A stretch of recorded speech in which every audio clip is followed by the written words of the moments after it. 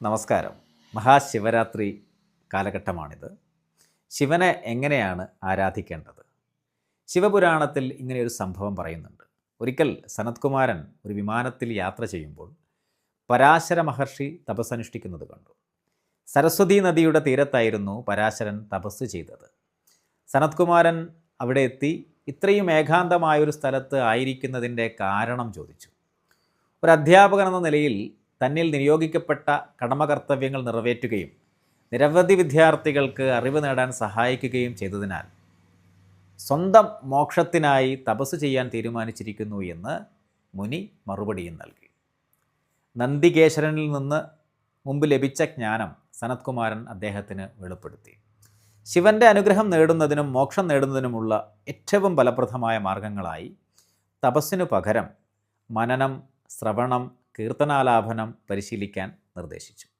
3 മാർഗങ്ങളെയും ഈ ശിവരാത്രി കാലത്തിൽ നമുക്ക് പരിചയപ്പെടാം. മനനം എന്നാൽ ശിവമന്ത്രങ്ങളോ പ്രാർത്ഥനകളോ ഉരുവിടുക, ശിവൻ്റെയോ ശൈവമതത്തിലെ പുണ്യഗ്രന്ഥങ്ങളുടെയോ മഹത്വത്തെയും പ്രാധാന്യത്തെയും കുറിച്ച് ധ്യാനിക്കുക, സംവദിക്കുക, വിചാരം ചെയ്യുക എന്ന രീതിയിലാണ്.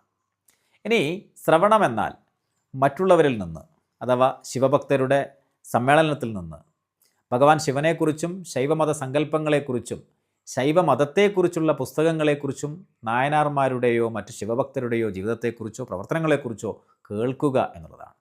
കീർത്തനം ഒറ്റക്കോ മറ്റു ഭക്തരുടെ കൂട്ടത്തിലോ ഭഗവാൻ ശിവൻ്റെ മഹത്വം ആലപിക്കുന്നത് കേൾക്കുക. കൂട്ടമായി ചെയ്യുമ്പോൾ അതിനെ ഭജൻ എന്ന് വിളിക്കുന്നു. ഭക്തിഗാനങ്ങൾ മനസ്സിനെ ദൈവത്തിൽ സ്ഥിരപ്പെടുത്താൻ സഹായിക്കുമെന്ന് ഏവർക്കും അറിയാം. ഇങ്ങനെ നമുക്ക് ശിവപ്രീതിക്ക് പാത്രീഭൂതരാവാം, മോക്ഷത്തിന് അർഹരാവാം. ഒഴക്കോടി ശ്രീകൃഷ്ണ ക്ഷേത്രത്തിൽ ശിവരാത്രി ദിനത്തിൽ കരിക്കൻ വെള്ളം മാത്രം കഴിച്ചുകൊണ്ട്, പഞ്ചാക്ഷരി ജപിച്ചുകൊണ്ട്, കീർത്തനങ്ങൾ ആലപിച്ചുകൊണ്ട് നമ്മൾ വ്രതം അനുഷ്ഠിക്കുകയാണ്. ഒഴക്കോടി അമ്പലത്തിൽ നടക്കുന്ന ഈ ശിവരാത്രി വ്രതാനുഷ്ഠാന പരിപാടിയിൽ പങ്കെടുക്കുവാൻ താല്പര്യമുള്ള ഭക്തജനങ്ങൾ താഴെ കൊടുത്തിരിക്കുന്ന ഫോൺ നമ്പറിൽ വിളിച്ച് രജിസ്റ്റർ ചെയ്യണമെന്ന് അഭ്യർത്ഥിക്കുന്നു.